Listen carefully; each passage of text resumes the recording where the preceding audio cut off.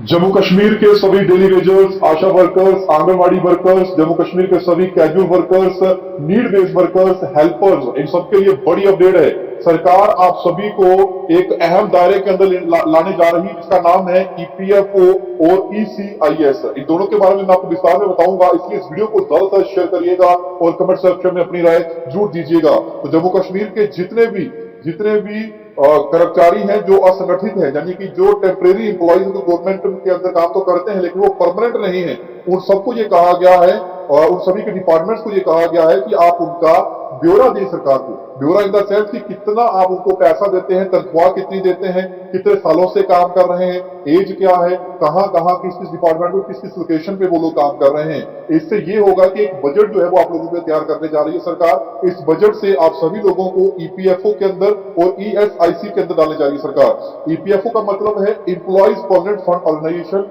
ये वो ऑर्गेनाइजेशन है जिसमें सरकार आपके तनख्वाह के बाद जो है, जब आप रिटायर होने जाते हैं तो उसमें आपको एक पैसा जो है वो देती है। यानी कि आप मान लीजिए कि परमानेंट फंड आपको मिलता है रिटायरमेंट के बाद, जैसे सरकारी मुलाजिम परमानेंट होते हैं उसको मिलता है, तो ये उस दायरे के अंदर आने की बात कही जा रही है। इसमें कुछ पोर्शन आपकी सैलरी से कटता है, कुछ वो पैसा जो है सरकार उस पैसे में डालती है। तो ऐसा ही एक ऑर्गेनाइजेशन करने जा रही है। और दूसरा है ईसीआईएस, ये है एम्प्लॉइज स्टेट इंश्योरेंस कॉर्पोरेशन। इसके तहत आप लोगों को एक इंश्योरेंस दिया जाएगा, एक सोशल सिक्योरिटी रहेगी स्कीम के तहत, ताकि आपको वेरियस बेनिफिट जो है वो मिल सके और आपके परिवार को मिल सके। इसमें हेल्थ इंश्योरेंस रहता है, मैटरनिटी बेनिफिट्स रहते हैं, कंपनसेशन रहता है डिसेबिलिटी के लिए, अगर डेथ हो जाती है किसी भी या फिर इंजरी हो जाती है उसमें कंपनसेशन रहता है। तो ये सभी को इस दायरे के अंदर लाने का विचार जो है वो सरकार कर रही है। सरकार उन विभागों से 21 दिन के भीतर ब्यौरा मांग रही है जिन विभागों के अंदर ये लोग काम करते हैं। मान लीजिए पीएचई विभाग के जो डेली वेजर्स हैं उनसे ब्यौरा मांगा जाएगा, पीडीडी के अंदर है तो उनसे मांगा जाएगा, इरिगेशन में है उनसे मांगा जाएगा। इस तरीके से जितने भी लोग हैं, चाहे वो डेली वेजर्स हैं, चाहे वो कैजुअल लेबर है, चाहे वो नीड बेस्ड वर्कर्स हैं, चाहे आशा वर्कर्स हैं,